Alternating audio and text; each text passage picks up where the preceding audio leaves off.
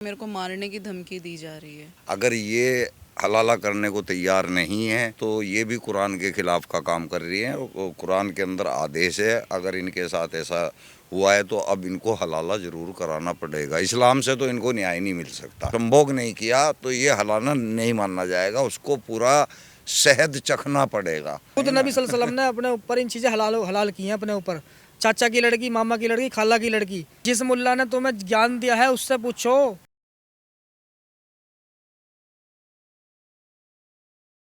मेरे फ्रेम में आप 3 लोग देख रहे होंगे। इनको भी आप बखूबी जानते होंगे, इनको भी जानते होंगे सलीम वास्तिक, और इनको भी जानते होंगे अनीशा बानो। जो वीडियो मैंने बनाया था कि इनके साथ क्या घटना घटित हुई है, उस पर काफ़ी सारा रिस्पॉन्स मिला, जो नेगेटिव भी था, पॉजिटिव भी था, लेकिन कुछ चीज़ें मिसिंग थी। और कहाँ तक ये प्रोसेस पहुंचा है वो जानने के लिए मैं एक बार फिर से इनसे बात करना चाहता हूं। जो घटना घटी आपके साथ में, अभी इसका प्रोसेस कहाँ तक पहुंचा है, मतलब कार्यवाही कहाँ तक पहुंची है, आप जो आपने केस दाखिल किया था? अभी तो यस प्रोसेस तो कुछ नहीं हुआ है, चल रहा है प्रोसेस। वकील साहब क्या बोल रहे हैं, प्रशासन क्या बोल रहा है, उनके फैमिली वाले क्या बोल रहे हैं? उन्होंने वीडियो देखा होगा, रिस्पॉन्स क्या आ रहा है? उनकी फैमिली वाले तो मेरे को धमकी दी जा रही है कि केस वापस ले ले। मेरे रिश्तेदारों को फ़ोन किया जा रहा है कि उसको बोल दो कि ये सब बंद कर दे, वरना उसके लिए अच्छा नहीं होगा, वो मार दी जाएगी। अगर वो ज़्यादा से ज़्यादा क्या कर लेगी वहाँ से। हम अभी प्रशासन को 1 लाख खिला रहे हैं, 10 लाख देंगे तो वो कुछ नहीं कर पाएगी। वो सिर्फ यही करके थोड़े दिन चलेगा, ये सब बंद हो जाएगा। धमकियां दे रहे हैं कि केस वापस ले लीजिए आप। ये नहीं बोला जा रहा है कि आप वापस आ जाओ, हम सहमति बना लेते हैं या डिस्कशन कर लेते हैं, फिर से परिवार को जोड़ लेते हैं, ऐसा कोई भी नहीं बोल रहा है? जी नहीं, ऐसा कुछ नहीं है, बल्कि मेरे को मारने की धमकी दी जा रही है। और जी, मैं अब जो मेरे को मतलब मेरे रिश्तेदारों को फ़ोन किया जा रहा है, जो मेरे मारने की धमकी दी जा रही है, उनमें एक तो उनके मेरे हस्बैंड के कज़न है मोहम्मद शरीफ, और उनके चाचा सलीम राव उर्फ पप्पू, और इकबाल। ये तीनों मेरे फैमिली में मतलब धमकी दी जा रही है। उनको फ़ोन किया जा रहा है, मेरे मामा को, मेरे रिश्तेदारों में, कि उससे बोल दीजिए कि केस वापस ले ले। केस वापस ले लें। एक चीज़ और मैं बताना चाहता हूँ कि कुछ लोग कमेंट बॉक्स में आकर ये भी बोल रहे हैं कि ये सिंदूर लगाती हैं, ये हिंदू हैं, ये प्रॉपर मुसलमान हैं। आप लोगों में से जितने लोग ये कमेंट पढ़ रहे हैं या देख रहे हैं, वो दिल्ली आ जाएं, हमसे बात करें, हम आपको प्रूफ देंगे कि ये मुस्लिम है। अब ये सारी चीज़ें जो सलीम जी आप देख रहे हैं, सुन रहे हैं, इनके साथ जो भी चीज़ें हुई हैं, प्रताड़ित हैं, परेशान हैं, गुहार लगा रही हैं सरकार से, लेकिन इस्लाम को वजह मानते हैं आपकी कहीं ना कहीं ये सब जड़ वही है? नहीं, वो तो वजह क्या मानते हैं, वहाँ तो बाकायदा लिखा हुआ है। ये प्रक्रिया कुरान की सूरह बकरा की 230 के अंदर है। वहाँ इनको ये प्रक्रिया से गुजरना पड़ेगा, नहीं तो ये भी मुसलमान नहीं है। अब अगर ये हलाला करने को तैयार नहीं है तो ये भी कुरान के ख़िलाफ़ का काम कर रही है। कुरान के अंदर आदेश है, अगर इनके साथ ऐसा हुआ है तो अब इनको हलाला ज़रूर कराना पड़ेगा। इस्लाम से तो इनको न्याय नहीं मिल सकता। अपनी आबरू बचाना ये भी इस्लाम के विरुद्ध है क्या? इस्लाम के तो विरुद्ध ही हो गया जी, क्योंकि इस्लाम के अंदर तो इनको ये काम करना पड़ेगा। अगर आप मानवता के या एक स्त्री के अधिकार को देखें तो ये इनके साथ बहुत गलत हो रहा है, लेकिन कुरान के अनुसार बिल्कुल सही हो रहा है। कुरान ही आदेश दे रहा है।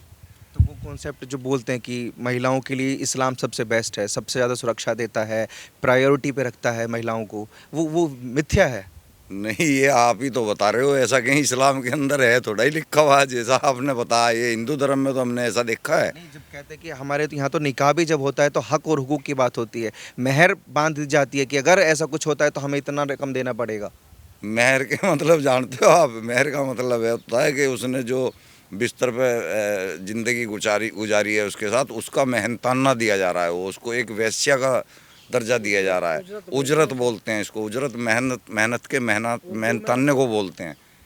नहीं, ये लेकिन तब होता है जब तलाक होता है। लेकिन जिनकी ज़िंदगी बीत जाती है, बच्चे हो जाते हैं, बच्चों की शादियां हो जाती हैं, उनके बच्चे हो जाते हैं, तो वहाँ तो ये कॉन्सेप्ट मिथ्या हो जाता है कि एक वैश्या के तौर पे रकम दी जा रही। वहाँ तो ज़िंदगी बीत गई ना, वहाँ तो वहाँ के लिए तो ये कम से कम बढ़िया चीज़ है। नहीं, मेहर देने ही पड़ते हैं। जो अपनी ज़िंदगी में नहीं दे पाता उसको तलाक होने के बाद देना पड़ता है। नहीं तो अपनी ज़िंदगी में ज़्यादातर लोग जो है अपनी सुहागरात पे ही औरत से मेहर माफ़ करा लेते हैं।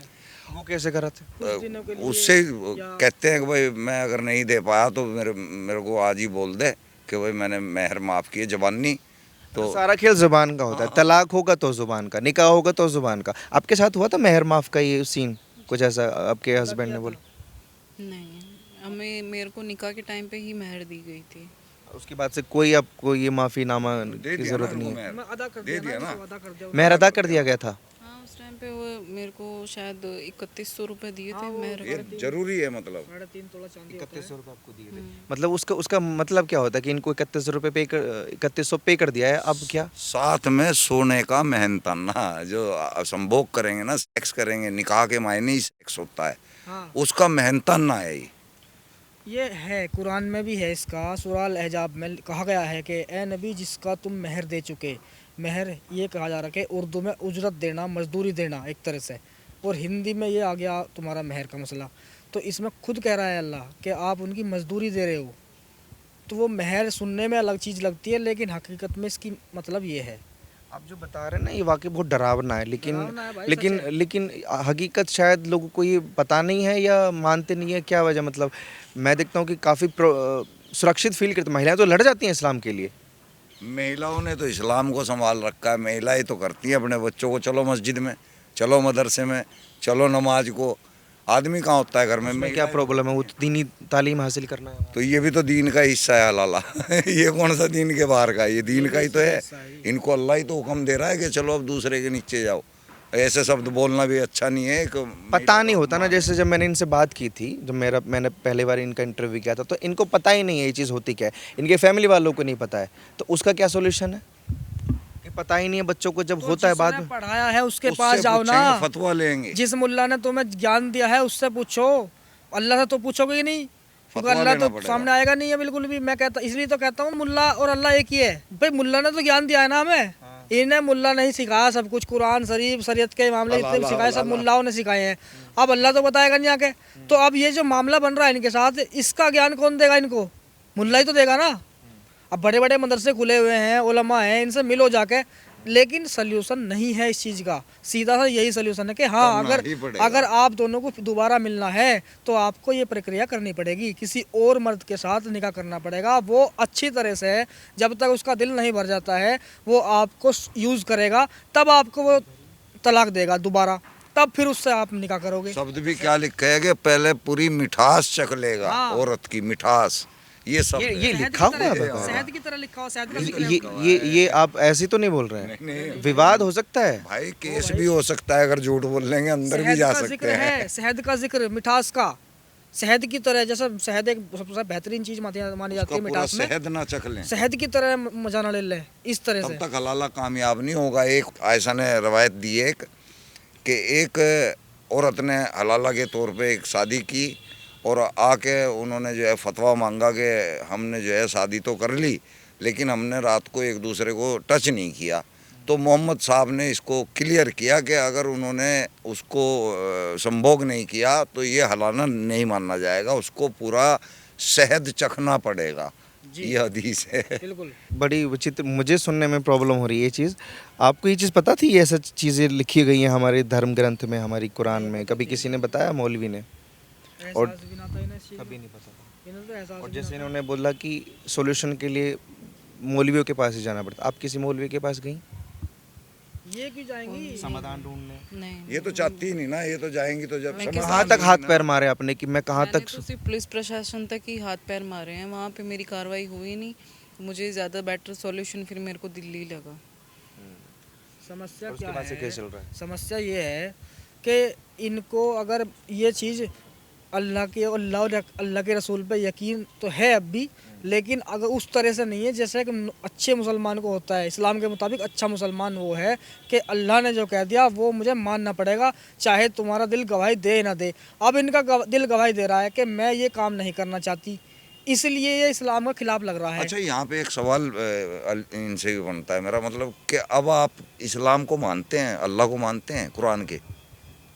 जी वो तो मैं मानती हूँ, लेकिन मैं तो ये अगर आप चीज़ें मैं नहीं मानते हैं मानती। तो बाबू ये तो फिर अल्लाह का हुक्म है ना। अगर आपको अल्लाह को मानना है तो उसके हुक्म को भी मानना है। करूँगी मैं, ये चीज़ें हम मुस्लिम समाज में रह तो के भी आप सुधारी कुफर जा हो गए, सकती काफिर हो है। गए या आप, फिर आप कुफर ये में आ बोलो, गए आप। सुनो, या फिर आप ये बोलो, या फिर आप ये बोलो कि अल्लाह का अगर ऐसा हुक्म है तो वो हुक्म नहीं मानना चाहती मैं। हाँ, ये बोलो फिर। मैं नहीं मान सकती ये चीज़। हाँ, ये नहीं कहो मान कि अल्लाह क्या ऐसा का अगर हुक्म ये किसी हुक्म अल्लाह है, का होना सकती। चाहिए था? नहीं होगा, नहीं हो नहीं हो सकता ना, सकता। तो वाकई में वो अल्लाह है ही नहीं है। हम साबित कर रहे हैं कुरान से। हम तो कुरान से समझे? बात कर खुद रहे हैं नबी सल्लल्लाहु अलैहि वसल्लम ने अपने ऊपर इन चीज़ें हलाल की हैं अपने ऊपर। चाचा की लड़की, मामा की लड़की, खाला की लड़की, समझे? और वो ईमान वाली औरतें जैसे ये हैं, इनका ईमान है, ये अच्छी अच्छी औरतें हैं, समझे? ये ऐसी औरतें अगर नबी को अपने आप को सौंपे तो वो भी यानी कि हलाल है। दूसरे की बीवियां भी आ सकती हैं। अगर जैसे मेरे भी कुछ जानने वाले लोग हैं, जब कभी जिक्र होता है अल्लाह का तो उनसे मेरे को ये सुनने में मिलता है कि ये एक तरीके से कठोर तपस्या है कि जानबूझ के कोई तलाक जानबूझ के भी नहीं दे सकता, कि उसको पता है कि ये अग्नि परीक्षा देनी पड़ेगी अगर तलाक दिया तो ये उस यार, चीज़ को रोकने के यार, लिए मेरी इतना बात कठोर सुनो। उठाया गया है। मतलब वो ये आप चीज़ बोलते हैं। जर्नलिस्ट हो और जाहिर है कि दुनिया देखते हो और तजुर्बा भी होगा। गलती करी आदमी ने, सजा दे रहे हो तुम औरत को, साले का चबूतरा उसका चौड़ा करवाओ ना। जिंदगी में तलाक नहीं देंगे लोग, बिल्कुल सही बात है। जिंदगी में नहीं अगर ये देने के। फतवा औरत मिल को जाए, क्यों घेर रहे भाई तुम अगर नीचे? ये औरत की फतवा क्या मिल गलती जाए, है? उसी के साथ होना चाहिए ना जिसने किया। भाई साहब, मैं तो एक बात कहूँगा, अगर ये मुल्ला मौलवी थोड़ी सी हल्की सी बात में भी चेंजिंग करता है ना तो मामला सेट हो जाएगा, पर ये नहीं कर सकते। नहीं करते ना, क्योंकि कुरान ये ने भी ईमान बोल की दिया। कसौटी है, अगर तुमने जरा सा भी कर दिया तो हम ईमान से निकल जाएंगे। ऐसा नहीं कर सकते। बड़ा खेल हो रहा है ईमान के नाम पे। जी जी जी, बिल्कुल वही है, यकीन का है इनका मामला। पूरा किस्सा मैंने अच्छे से रीड किया है। जब ये आए थे मेरे पास में, मेरे चैनल पे, इन्होंने, पता नहीं आप लोगों को बहुत बात तो नहीं बताई इन्होंने, काफ़ी बातें। हाँ, वो कैमरे के सामने आदमी होपलेस हो जाता है। पहली बार ज़िंदगी में कैमरा फेस कर रही है। वहाँ हमने फ्रेंडली बात की थी, बहुत प्यार से अच्छे से मैंने बात की थी। इनकी मैं पूरी दास्तान सुनाऊँ। इनकी शादी हुई और शादी होने के बाद इनका एक चाचा ससुर है, उसने इनको साथ मतलब अभद्र हरकतें, छेड़छाड़ शुरू कर दी। अब इन्होंने 1-2 दिन महसूस किया, उसके बाद में इन्होंने जो है अपने घर वाले से शिकायत करी कि भाई मेरा चाचा, वो आपका चाचा इस तरह मेरे साथ में गलत हरकतें करता है।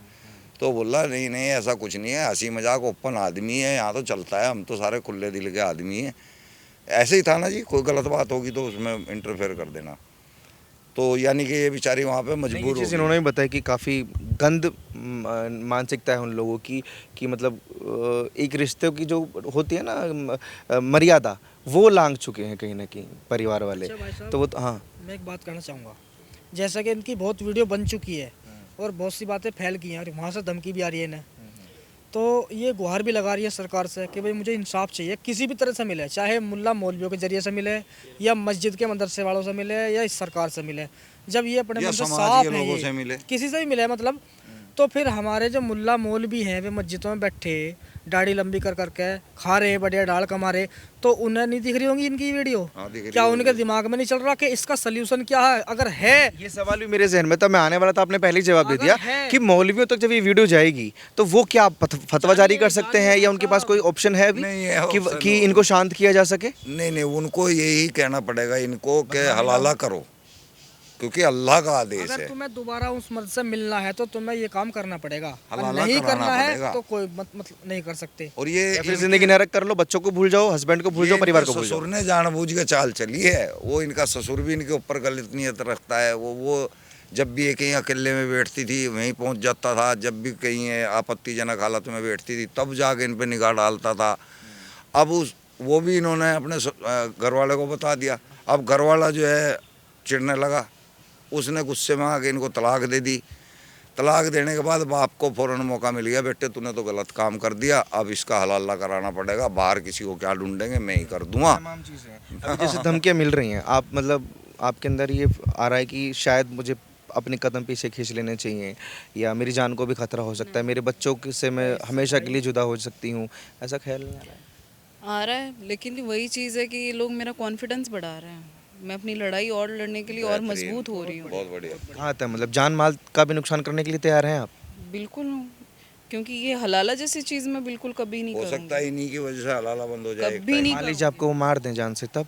तो मैं उन औरतों को यही कहना चाहूँगी, अगर कल को मुझे जान से मार भी दिया जाए तो घर में दुबक के चुप बैठने से अच्छा है कि कम से कम अपनी आवाज़ को बुलंद करो और इस हलाला जैसी कुप्रथा को बंद करो। बहुत बढ़िया जी, बहुत बढ़िया। मतलब धर्म से अब इनको कोई बचा नहीं सकता, अगर कोई बचा सकता है तो वो प्रशासन या कानून के उस पे। अदर धर्म बचा सकता है इसको, इस्लाम तो नहीं बचा सकता। हमारे इस्लाम देश का तो कानून है, वही इनको इंसाफ दिला सकता है, बाकी कोई इस्लामिक जो है आइडियोलॉजी नहीं बचा सकती इस मामले से। ऐसा तो है कि हाँ वो मर्द ही ये कह दे भाई मैं नहीं रखता हूँ तुम्हें, तब तो ये कैंसिल हो सकती है। ये अपनी मर्जी से कह सकती है, खुला के तौर पे अपनी जाहिर इच्छा कर सकती है कि हाँ मैं थोड़ा ही हो सकता, वो तो हो गया ना। तलाक नहीं, वो कह सकती है ऐसा औरत किसी से भी कि भाई आप मुझसे परेशान हो तो मुझे तलाक दे दो। ये इच्छा है बस थोड़ी सी यहाँ पे औरत की बस। आपको अगर पूरी स्टोरी देखनी है तो हमारे चैनल पर वो वीडियो जाके देखिए, जो पहला इंटरव्यू मैंने इनका किया है, कि इनके साथ जो आप बीती हुई है वो आपको समझ में आए और अभी का प्रोसेस भी आपको डीपली समझ में आए। और इस्लाम की बात करें तो वो शायद अब इनको न्याय नहीं दिला सकता, तो इसलिए ये दिल्ली आई हैं और न्याय की उम्मीद है। बाकी आप लोग अपनी राय कमेंट सेक्शन में दीजिए और ऐसी खबरों के लिए आप देखते रहिए ओ न्यूज़ हिंदी।